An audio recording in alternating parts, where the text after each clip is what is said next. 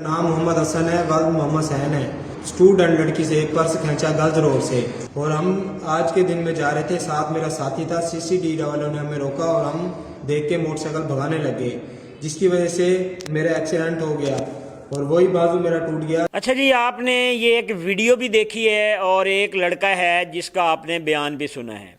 वो कहता है जी, ये एक वीडियो सोशल मीडिया के ऊपर वायरल होती है आज से तकरीबन एक हफ़्ता पहले, जिसमें दो बच्चियां जो हैं वो रोड के ऊपर जा रही हैं और अचानक एक लड़का जो है उनसे पर्स छीन कर फरार हो जाता है। सीसीडी जो है वो भी एक्टिव हो जाती है। बहावलपुर का ये वाक़या है। वहाँ पे चलती खातून रोड के ऊपर चल रही हैं और ये लड़का पर्स छीन कर फरार हो जाता है। और वो कहता है जी, एक पर्स मैंने और भी छीना था।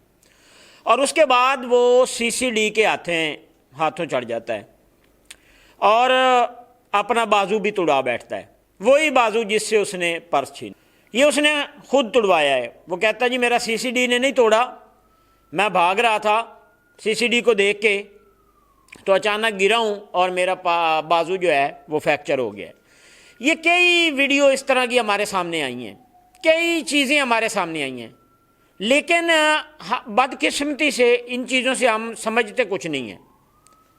ये वो काम है, अक्सरियत आपने देखा है कि कभी रोड के ऊपर खातून चल रही हैं तो उसको छेड़छाड़ करना, पर्स छीनना, ये आम चीज़ें होती हैं।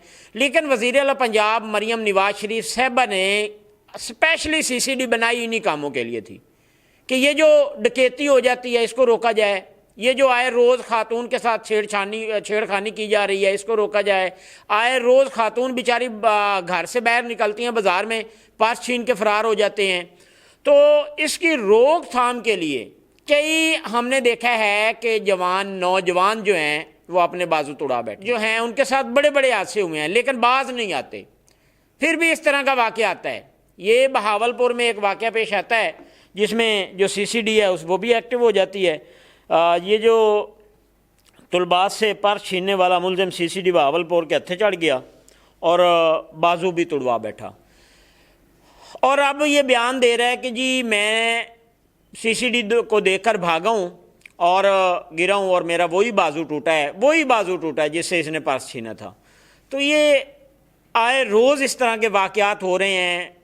वीडियो भी सोशल मीडिया के ऊपर वायरल होती है। इदारों की जानिब से ये बयान इसीलिए लगाए जाते हैं ताकि लोगों में नसीहत आ जाए, लेकिन हम लोग फिर भी समझते नहीं हैं, फिर भी नसीहत नहीं आती, फिर भी हमने उल्टे काम करने होते हैं जिसकी वजह से ये हादसे होते हैं और इस अपने बाजू से भी जो है बाजू भी तुड़वा बैठते हैं, फिर भी हम नसीहत नहीं करते।